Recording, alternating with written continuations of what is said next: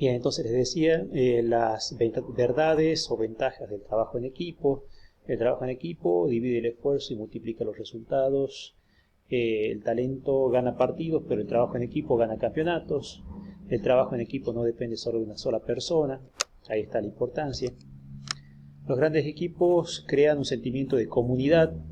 Ahí vemos también una gran diferencia y algo importantísimo en lo que es un equipo de trabajo. La confianza, eh, el saber que depende uno del trabajo de otro y que uno puede confiar en el trabajo de otro, ¿no es cierto? Y les añade valor al trabajo de uno mismo, es decir, lo que yo le decía hace un momento. Eh, por más pequeño que pueda ser el aporte de otro integrante del equipo, la sola presencia, la sola individualidad de ese integrante ya genera un aporte de riqueza, porque a nosotros nos desafía a adaptarnos y a generar alguna posibilidad de adaptación para ese integrante que tal vez tiene un trato no tan bueno, o capaz que de repente no tiene tantas ideas, o capaz que de repente no tiene tanta voluntad, o capaz que tuvo un mal día, ¿sí? Es decir, hay que tener en cuenta eso también, que dentro de un equipo de trabajo nosotros vamos a encontrar personas, no máquinas, y en ese punto la variabilidad de los estados de ánimo es una moneda corriente. Por más que se favorezca o se estimule lo que tiene que ver con la estabilidad o la regulación de los estados emocionales, nada quita que en algún momento uno pueda estar mal, o uno pueda tener un mal día, o uno pueda de repente estar preocupado por otras cosas y de repente el equipo deba absorber esa situación y deba generar un clima que permite a esa persona adaptarse al trabajo y nosotros como equipo eh, generar las condiciones necesarias para que no se resienta o no se vea afectado el logro del objetivo común. Para hablar de trabajo en equipo, eh, equipos de trabajo, pienso que el tema clave es el liderazgo. Si bien el trabajo en equipo depende de la actitud colaborativa de cada uno de sus integrantes, es decir, depende de qué tan colaborativos puedan llegar a ser cada uno y qué tanto aporte desde su lugar y qué tanto compromiso tenga. Muchas veces esa actitud colaborativa se potencia mucho más, ese compromiso se potencia y se visibiliza mucho más a partir de lo que es el liderazgo. Es decir, a partir de la figura de un referente que gestione no solamente el trabajo de las personas, los tiempos, los recursos, sino también incluso hasta los estados de ánimo, la motivación, el interés, el empuje, la energía de las personas.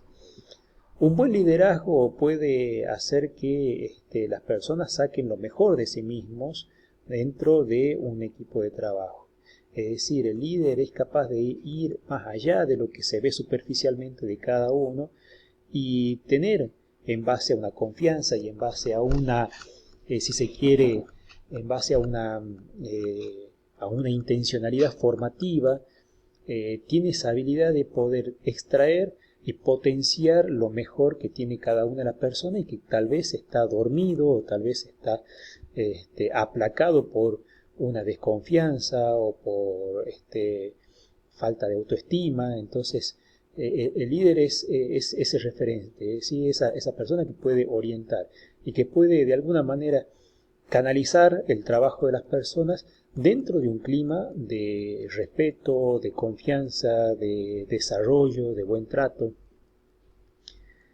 Cuando a ustedes les consulten o les planteen problemas que tienen que ver con la comunicación o con el grupo, con el equipo de trabajo, miren al líder y ahí van a encontrar muchas respuestas en cuanto al estilo de liderazgo, a ver si ese estilo efectivamente es el que está afectando el funcionamiento del grupo, del equipo, y si de repente pueden modificar ese estilo de liderazgo y contribuir desde lo que puede ser una formación del líder para que, mejorando su función, pueda mejorar el rendimiento del equipo.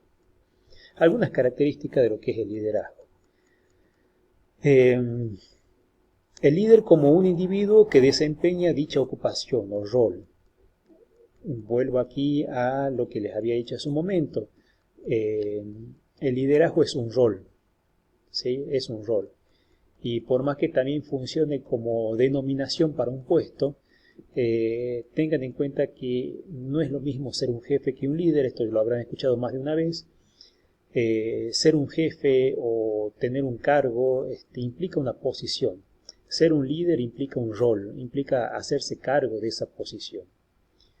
El líder como un foco para la conducta de los miembros del grupo, ¿sí? Es un referente, es decir, el líder de alguna manera tiene que reunir ciertas habilidades, ciertos conocimientos, ciertas cualidades personales que lo hagan, entre comillas, atractivo a la mirada de sus colaboradores, en el sentido de que los colaboradores puedan sentirse seguros del liderazgo de esa persona. El líder como el miembro del grupo que ejerce influencia sobre los demás, y acá en este sentido entran todas las teorías que nosotros hemos visto acerca de la influencia social, y cómo la habilidad persuasiva del líder del grupo, desde lo que tiene que ver con su apariencia hasta lo que tiene que ver con su confianza y con sus decisiones, va a ser muy importante para conducir al equipo al objetivo que se propuso. El liderazgo se aplica solo cuando la influencia es voluntariamente aceptada o cuando es compartida. ¿Esto a qué se refiere? A que el equipo va a aceptar al líder cuando es legítimamente aceptado o voluntariamente aceptado. Difícilmente uno dé el 100% de su trabajo, de su esfuerzo, cuando debe hacer cosas por una obligación con la que uno no está de acuerdo o con quien uno no está plenamente convencido. Es decir, el liderazgo es algo que uno se debe ganar también. Es un rol difícil porque no es un rol al que uno acceda solamente por la decisión de alguien que nos puso en ese lugar. Es decir, el dueño de la empresa, supónganse, los ubica a ustedes, o el gerente de la empresa los ubica a ustedes como jefes de recursos humanos. Él los puede ubicar a ustedes como jefes de recursos humanos, pero eso no quiere decir que ustedes tengan el liderazgo del grupo. El liderazgo ustedes se lo tienen que ganar. El liderazgo uno se lo gana a partir de lo que uno demuestra, ¿sí? Alguien puede ser o puede tener todos los títulos habilitantes habido y por haber, y haber accedido a la posición de jefe por concurso, por currículum, por entrevista, por lo que sea, pero si el grupo no te acepta o si el grupo no confía en tus decisiones, difícilmente te acepte como líder. A eso voy. ¿Sí? Es decir, el liderazgo es algo que uno también se gana, se construye, ¿sí? Y ahí es donde es importante tener en cuenta y la cultura del grupo al que uno va a ir a trabajar. Todo grupo que ya está conformado previamente tiene una modalidad de organizarse, de relacionarse, de vincularse, y si llega una persona de afuera a patear el tablero y a querer hacer cambios radicales, a veces puede llegar a generar una oposición de parte de sus propios colaboradores. Disculpen si los llevo nuevamente a lo que puede ser un ejemplo futbolístico. Fíjense cómo los jugadores de fútbol, cuando no están de acuerdo con su técnico, ellos hacen todo lo posible para que lo echen, para que lo saquen. Van para atrás, empiezan a perder partidos, se dejan hacer goles, qué sé yo, bajan el rendimiento, y tarde o temprano, ¿cuál es el fusible que salta? Es el técnico. Entonces, fíjense cómo ellos, como cualquier otro grupo de personas, cuando no están de acuerdo con su jefe, con su líder, empiezan a generar algunas cuestiones para que en efecto recaiga alguna medida contra ese jefe, ¿sí? Bien. El líder es una persona que tiene una influencia demostrable sobre la eficacia en relación del equipo, en la relación del grupo. Bueno, aquí, como yo le decía, el líder influye en todo, incluso hasta en el estado de ánimo del equipo, o de cada uno de los individuos del equipo. ¿Cuáles son los componentes que debe reunir un líder para ser o considerado como tal, o para que ese liderazgo funcione?